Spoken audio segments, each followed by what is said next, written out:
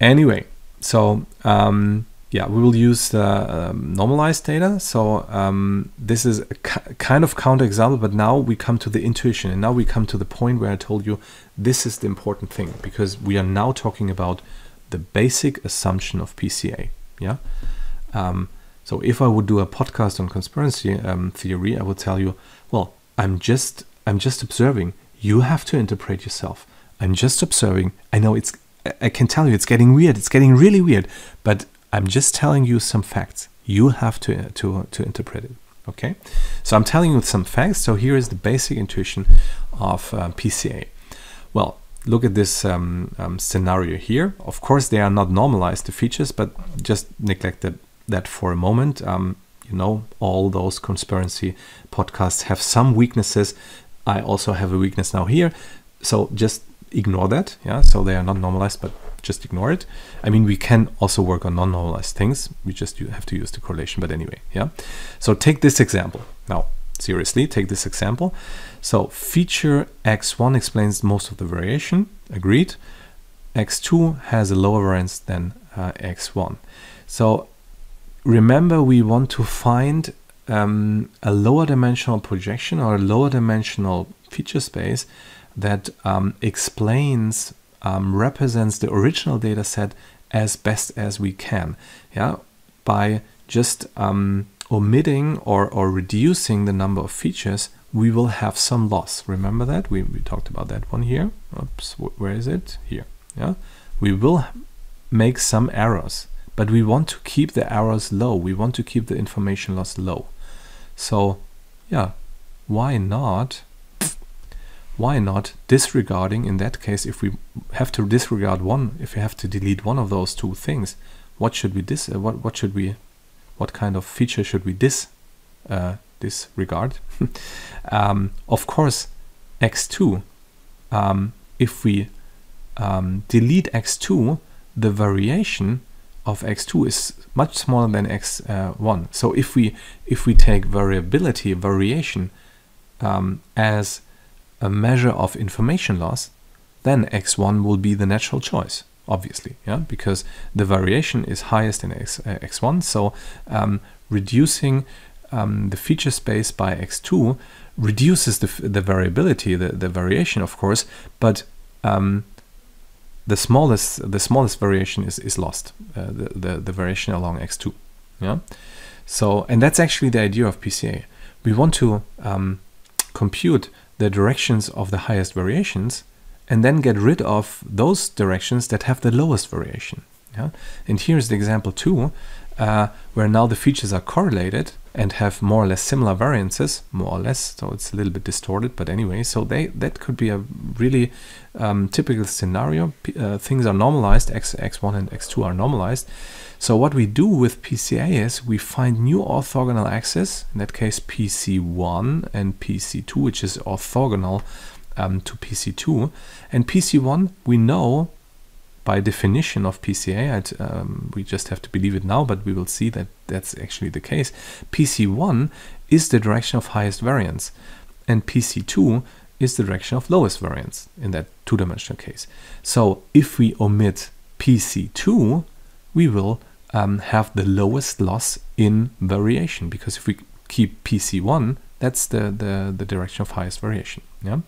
So what we do is we rotate the points by considering PC1 and PC2 as the new coordinate system. Then we end up in a situation like this one here.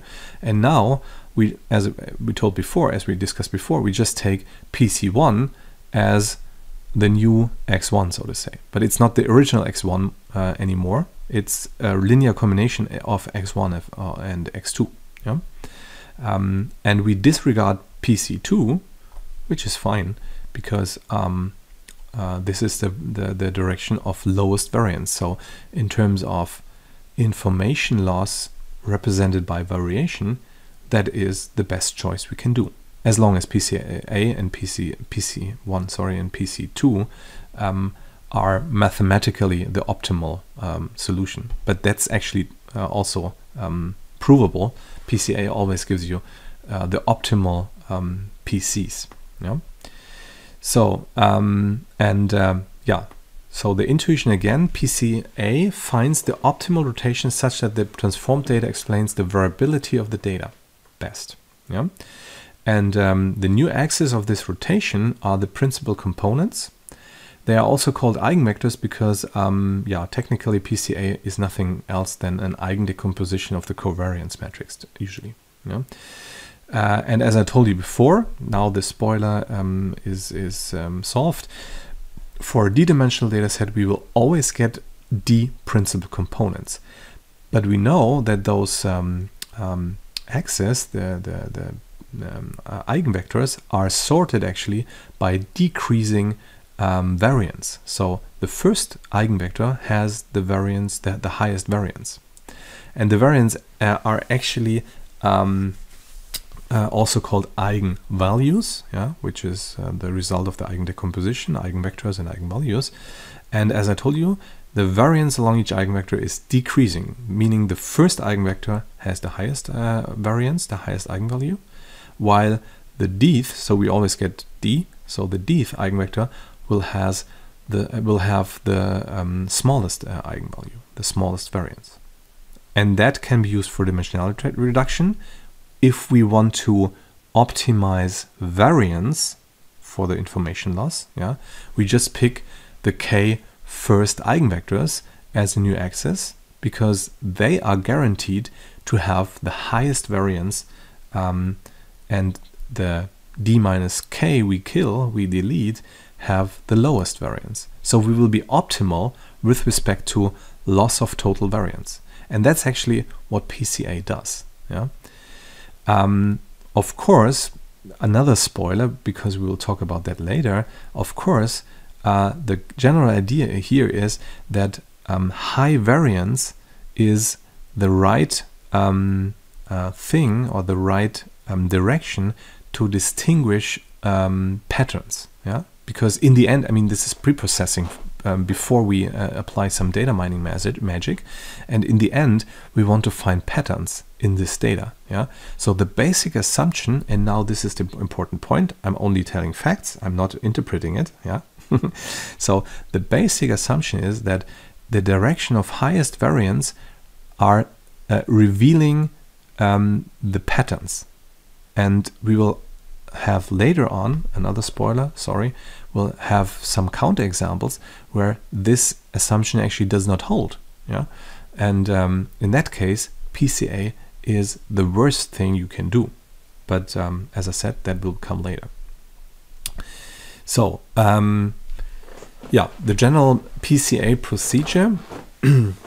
So the general procedure to compute PCA, or to do PCA actually, is rotate the original p-dimensional coordinate system until the first PC that explains most of the variation is found. Yeah, so we first of all try to compute the first principal component, then fix this first principal component and proceed with the remaining p-1 coordinates. So you rotate the remaining p-1 coordinates until you get the second PC, which is first of all orthogonal to the first PC and has the most variation of the remaining variations, so to say.